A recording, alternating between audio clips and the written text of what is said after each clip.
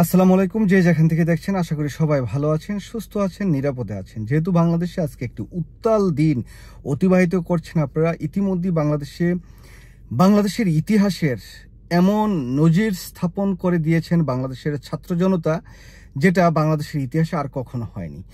সংক্ষিপ্ত আকারে যদি বলি, মিরপুরে বাংলাদেশে আওয়ামী লীগ মানে এই সন্ত্রাসী দলটি প্রতিবারই আপনারা দেখেছেন যে বিএনপি যখন কোনো জনসমাবেশ, কোনো মিটিং মিছিল ডাক দিত, তারাও ঠিক তার প্রতিবাদে তারা কিন্তু সেই মিছিল মিটিং ডাক দিল। কিন্তু আজকে ছাত্র জনতা যেই আন্দোলনের ডাকটি দিয়েছেন, তার বিপরীতে তারা একটি জনসমাবেশ করতে চেয়েছিলেন মিরপুরে, কিন্তু বাংলাদেশের জনগণ মিরপুরে সেই জনসমাবেশটি বুন্ডুল করে দিয়েছেন এবং তারা সেই জায়গা থেকে বিতাড়িত হতে বাধ্য হয়েছেন। শুধু মিরপুরেই না, সারা বাংলাদেশের বিভিন্ন জায়গায় আমরা দেখেছি যে পুলিশ বাহিনী ছাড়া ছাত্রলীগ, যুবলীগ এবং আওয়ামী লীগের যে কোনো অস্তিত্ব বাংলাদেশে নাই, সেটা কিন্তু বাংলাদেশের জনগণ ইতিমধ্যেই সে প্রমাণ করে দিয়েছে এবং তারা দেখিয়ে দিয়েছে যে বাংলাদেশে এই মুহূর্তে পুরো বাংলাদেশটাই হচ্ছে সাধারণ জনগণ, ছাত্র জনতার দখলে।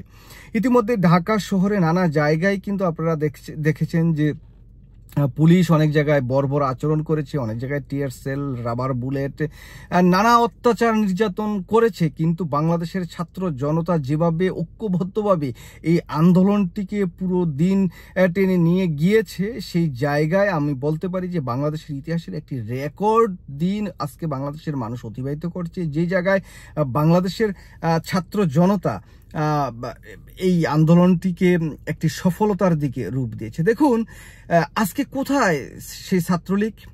ওবায়দুল কাদের বলেন যে এই ছাত্রদের প্রতিহত করতে নাকি শুধু ছাত্রলীগই যথেষ্ট। আজকে আমরা দেখছি যে শুধুমাত্র ছাত্রলীগ কেন, এখানে আওয়ামী লীগ, ছাত্রলীগ, যুবলীগ সব মিলিয়ে, তারপরে পুলিশ লীগ, সব কিছু একত্রিত করেও কিন্তু এই ছাত্র জনতাকে রাজপথ থেকে তুলতে পারেনি, রাজপথ তারা দখলে রাখতে পারেনি। আজকে কিন্তু ছাত্র জনতা কিন্তু বাংলাদেশের পুরো যেই রাজপথ, সেটা ছাত্র জনতা কিন্তু দখলে নিয়েছে। তো এই যে একটি বাংলাদেশের আজকের যে নতুন রূপে বাংলাদেশটা সেজেছে, সেই বিষয়টি আপনাদের শেয়ার করতে চাই। ইতিমধ্যেই আমি যতটুকু জানতে পেরেছি যে 2জন মানুষ ইতিমধ্যেই হত্যার শিকার হয়েছেন। তাদের নাম বা তারা কোন জায়গায় আমি খুব ভালোভাবে সংবাদটি দেখতে পারিনি। যাই হোক, তবে সবচেয়ে বড় বিষয় যেটা, আজকে কোথায় সেই ছাত্রলীগ?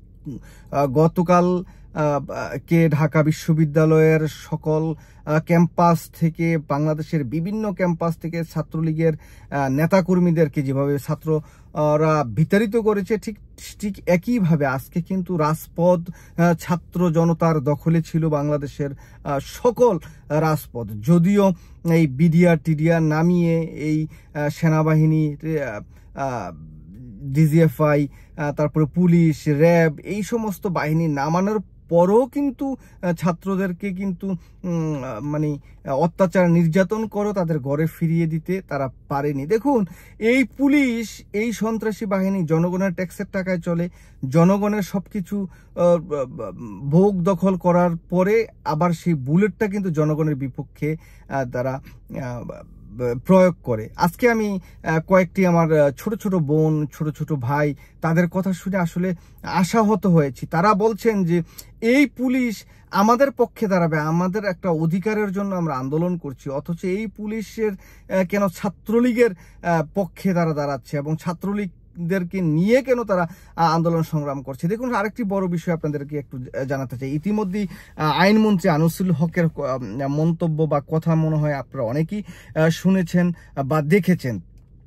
আজকে আনিসুল হক বলছেন যে ছাত্রদের সাথে তারা বসতে চান, যে কোনো সময় যারা যদি বলেন তাহলে ছাত্রদের সাথে তারা আলাপ করতে বসতে চান, এবং কি যে সুপ্রিম কোর্ট যেই রায়টি দিয়েছেন এবং রায়ের যেই আরেকটি হিয়ারিং এর ডেট দিয়েছিলেন আগস্টের 7 তারিখে প্রবাবলি, সেটা আগামী রোববারের ভিতরে টেনে আনার তারা চেষ্টা করছেন। তারা বলছেন যে আমরা দরখাস্ত করব, এই করব, সেই করব, আগামী রোববারের ভিতরে আমরা সেই রায়টি যাতে আবার পুনঃ বিবেচনা করা যায় সেটা আমরা ব্যবস্থা করছি। তাহলে এখন কেন আনিসুল হক তোমার শেখ হাসিনা, তোমার ছাত্রলীগ যুবলীগ আজকে সব পাতলা পায়খানা হয়ে গেছে।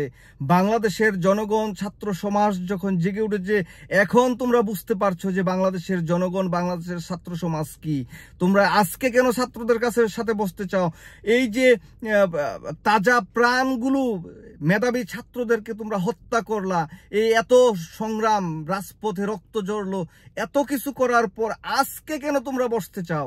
আজকে কেন তোমরা কথা বলতে চাও? আজকে তোমাদের কোর্ট কই? তোমাদের এই আইন বিচার সালিশ কোথায়?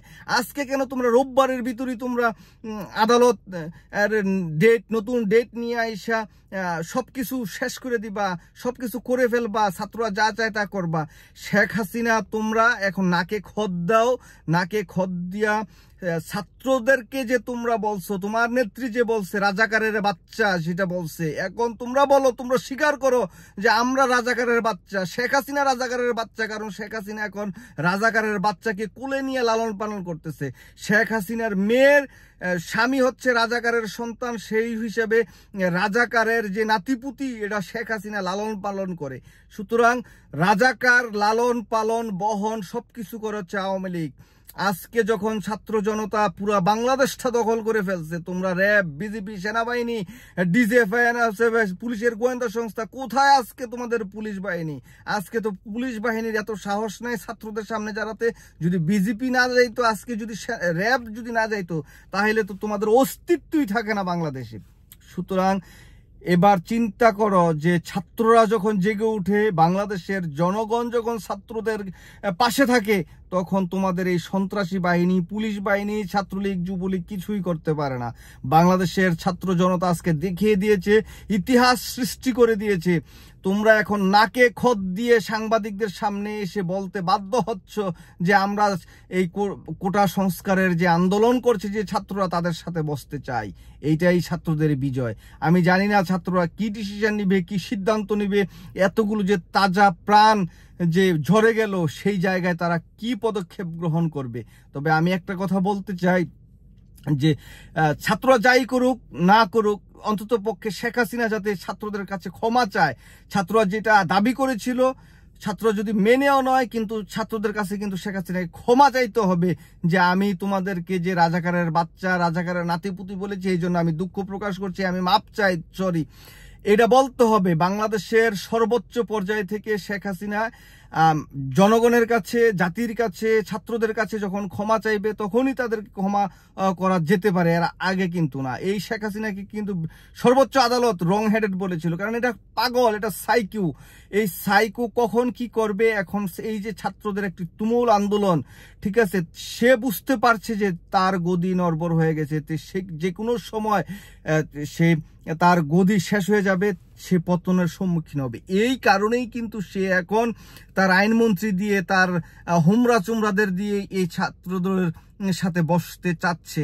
তবে আমি যেটা বলবো, ছাত্ররা যা দেখিয়ে দিয়েছে সেটা অনেক। এখন ছাত্রদের ডিসিশন নিবে তারা কি করবে। তবে আমার মনে হয় না যে শেখ হাসিনার কোনো কথায় বিশ্বাস করা যায়, কারণ শেখ হাসিনা হচ্ছে একটা সাইকোপ্যাথ। তার কোনো কথায় কখনো বিশ্বাস করবেন না। আপনারা জেনে বুঝে সজ্ঞানে যা ডিসিশন নিবেন, আপনাদের নিজের সহপাঠীদের রক্ত চড়েছে রাজপথে, তাদের কি অবস্থা হবে, তারা কি ডিসিশন নিবে, সেই সমস্ত সকল বিষয়গুলো কিন্তু আগে বিবেচনা করতে হবে, তারপর আপনারা সিদ্ধান্ত নেবেন। তবে আপনাদের সেলুট, আপনাদের সালাম। আপনারা যা দেখিয়েছেন আজকে, এটা বাংলাদেশের ইতিহাসে স্বর্ণাক্ষরে লেখা থাকবে যুগ যুগ ধরে। সবাই ভালো থাকবেন, সুস্থ থাকবেন, নিরাপদে থাকবেন। দেখা হবে নতুন কোনো ভিডিও নিয়ে। সেই পর্যন্ত আজকের মতো বিদায় নিচ্ছি। আল্লাহ হাফেজ, আসসালামু আলাইকুম।